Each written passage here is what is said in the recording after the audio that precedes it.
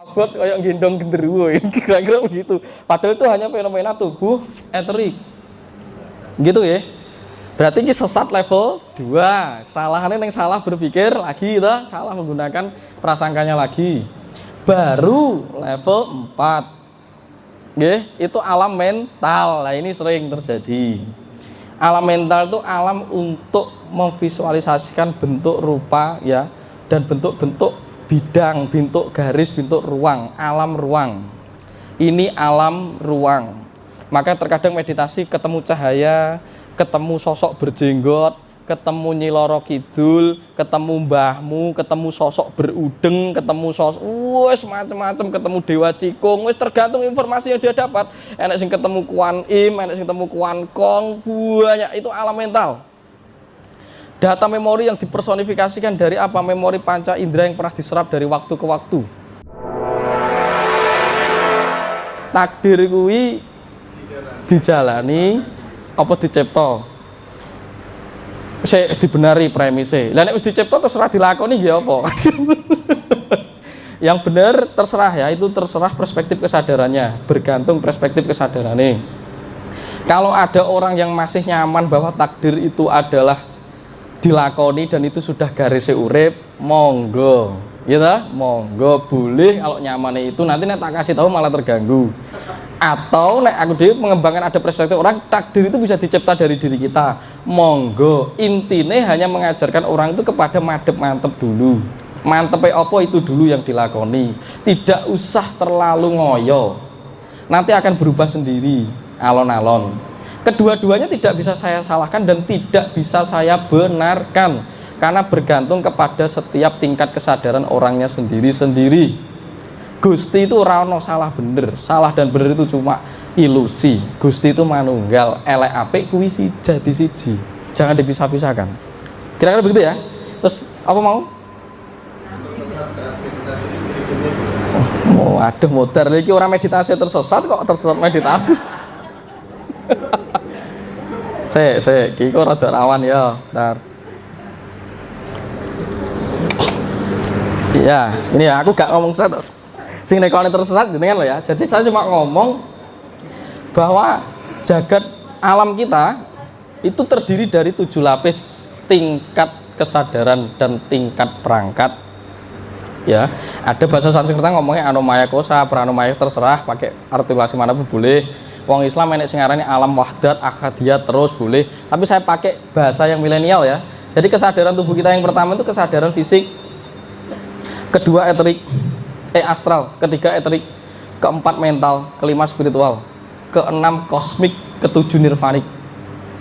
Nah ini juga akan mempengaruhi sikap tingkah tangguh seseorang.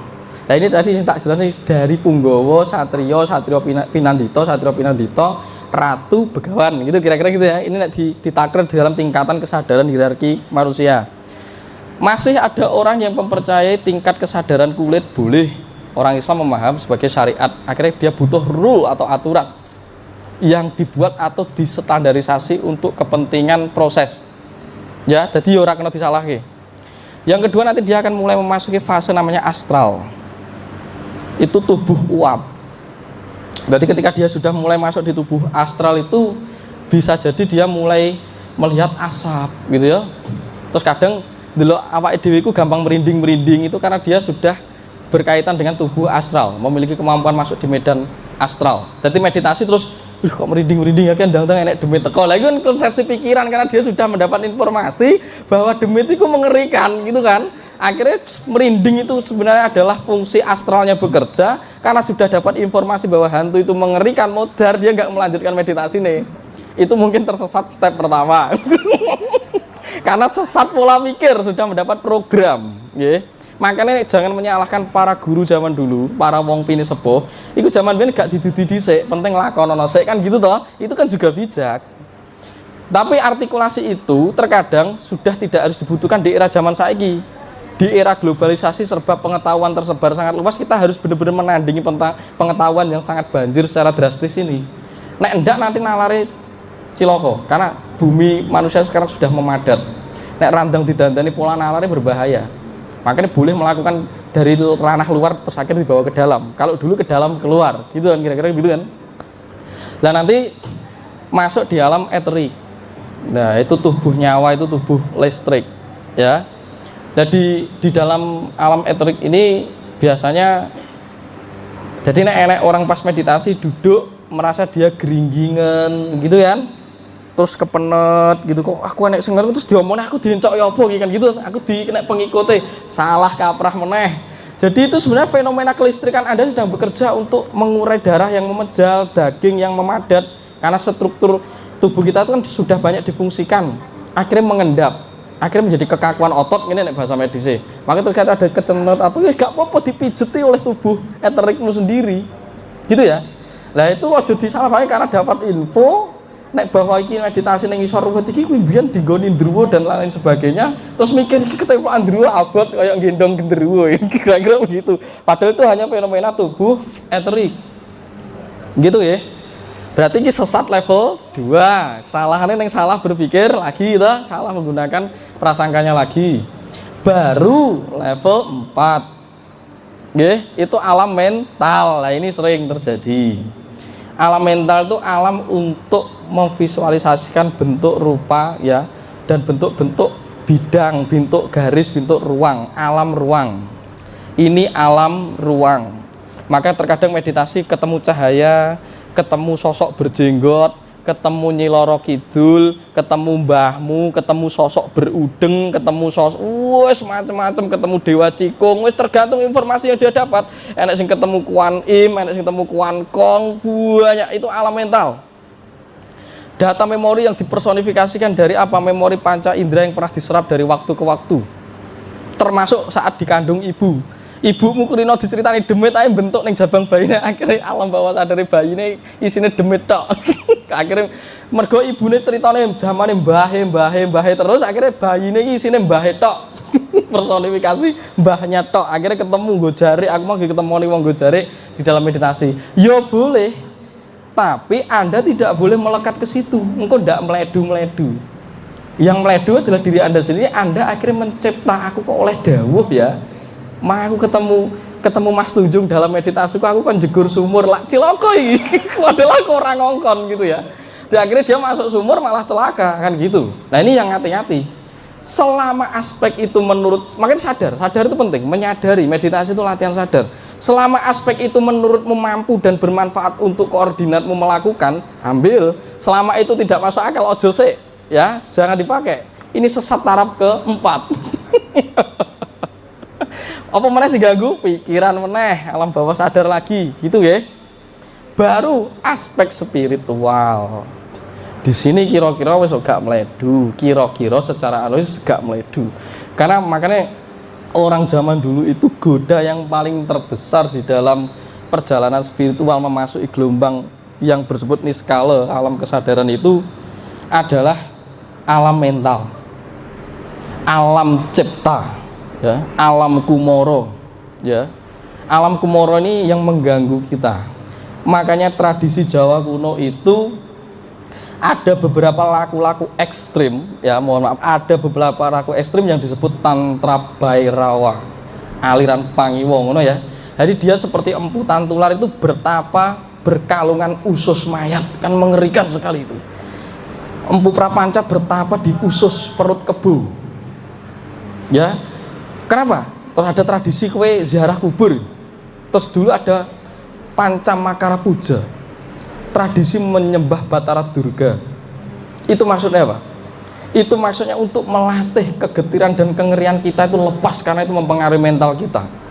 Kita menyadari bahwa kita juga terkandung unsur yang menjijikan, unsur yang ngeri, yang mengganggu panca indera sendiri. Ketika kamu belum bisa melampaui gangguan panca indera, kok mambu banger, bingung mambu sing gak bener, bingung delok rupa yang tidak sesuai dengan standar pikiranmu, bingung lihat darah, takut dan lain sebagainya, itu berarti ada masalah di alam bawah sadarmu.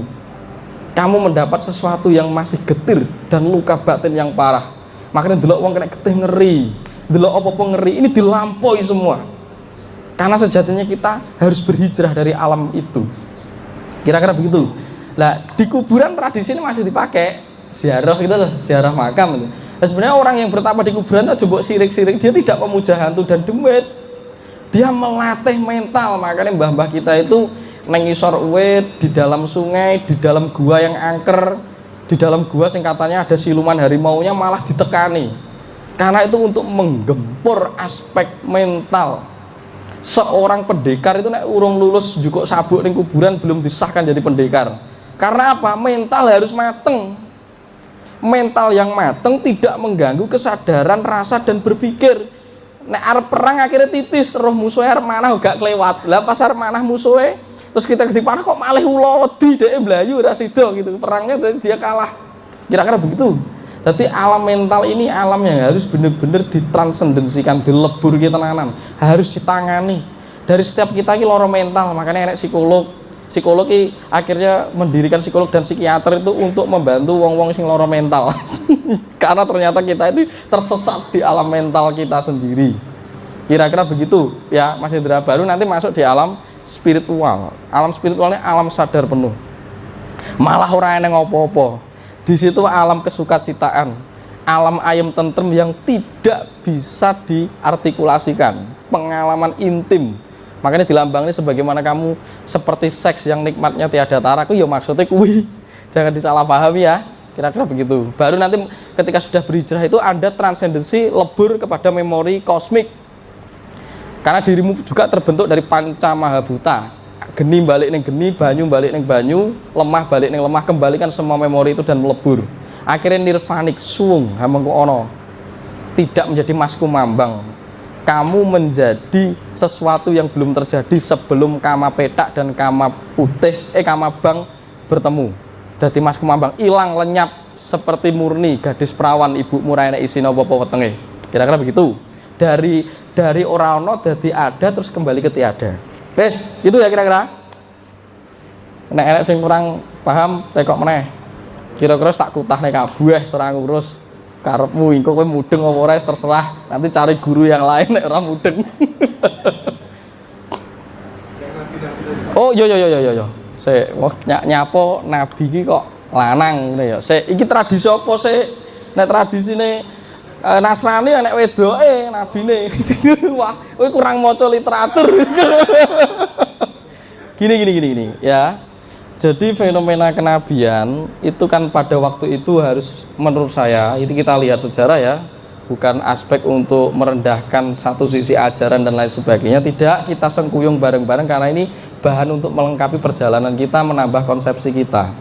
Bahwa memang tradisi Nabi di ranah negara sana gitu ya, saya tidak sebut mereknya, itu secara tradisi memang disesuaikan dengan orang-orang yang dianggap memiliki gift ya, orang-orang yang dianggap membeda dari ranah standar moralitas dari standar umum, standar kolektif.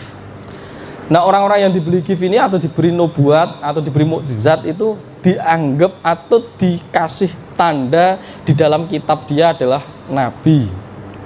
Lah nabi itu orang yang dianggap memiliki kelebihan, tapi tidak diwajibkan untuk menularkan dan memberi wawasan terhadap orang lain. Yang digunakan untuk memberi wawasan dan menularkan orang lain itu ditambahi lagi dari nabi menjadi rasul. Nah, rasul itu memang harus wajib menyampaikan wawasan untuk mengubah perspektif orang lain. Dengan bahasa filosofinya adalah mencahayai sekelilingnya kan gitu, menunjukkan ke jalan cahaya. Tapi nek uang salah memahami terus tuku senter ya, gue senternya wis iso kan lewat orang kan gitu toh. Jadi bahasa-bahasa itu martiboso itu harus diurai lagi. Lah di tradisi wilayah Nusantara ini, mergo Nusantara ki ora gemede, wong sing kaya ngono ki wis akeh kan gitu kan, nyapo dadak diwehi gelar kan gitu. Cuma orang Nusantara hanya mengasih tingkatan dari taraf kesadaran rendah sampai kesadaran atas. Ya situ kesadaran rendah ya Punggawa, Satrio, Satrio Pinandito, Ratu, Begawan atau Resi. Ini diukur dari tingkat kesadarannya. Jadi terus dipahami di era bahasa Jawa modern, enek wong sing kedunungan kawruh atau kalinuwihan, itu ada yang boleh mewedarkan seperti saya, ada yang tugasnya hanya untuk dirinya sendiri. Tugasnya hanya untuk tetulung, untuk nyuwuk, tidak untuk mengasih tahu arah menemukan diri. Ini malah sesat nanti. Kira-kira begitu. Kira-kira gitu, oke? Jadi itu hanya perbedaan tradisi, Mas. Perbedaan tradisi. Nyapo kok lanang? Ya dari konsep Linggayoni nek wong lanang kan tetep wong kekeh, kukuh dan berdiri tegak, tidak mudah goyah seperti perempuan. Tapi nek perempuan wong lanang ya goyah ciloko. Jadi kalau perempuan itu makhluk berperasaan, itu mudah goyah. Walaupun zaman dulu memang ada gift bagi perempuan, tapi perempuan karena waktu itu dipandang sangat rendah, dijadikan kaum budak, maka tidak dinabikan. Kecuali ada tradisi tertentu di Nasrani ada nabi perempuan. Itu mungkin sudah memenuhi persetujuan dan rapat dan mengadministrasikan bahwa perempuan boleh diangkat. Nek saiki kowe nyebutnya emansipasi wanita gitu. Kira-kira begitu baru boleh wanita dikasih kenabian, karena pertimbangan itu mungkin karena dianggap wanita itu makhluk yang kecenderungan menggunakan perasaan dan mudah goyah. Jadi yang dikasih gelar nabi itu lanang, karena nabi pada waktu itu diajak urusan untuk kepentingan kekuasaan dan perkembangan politik, untuk mendirikan sebuah dinasti, klan dan lain sebagainya. Kira-kira begitu. Nggih. Engko nek kurang maca dhewe. Kira-kira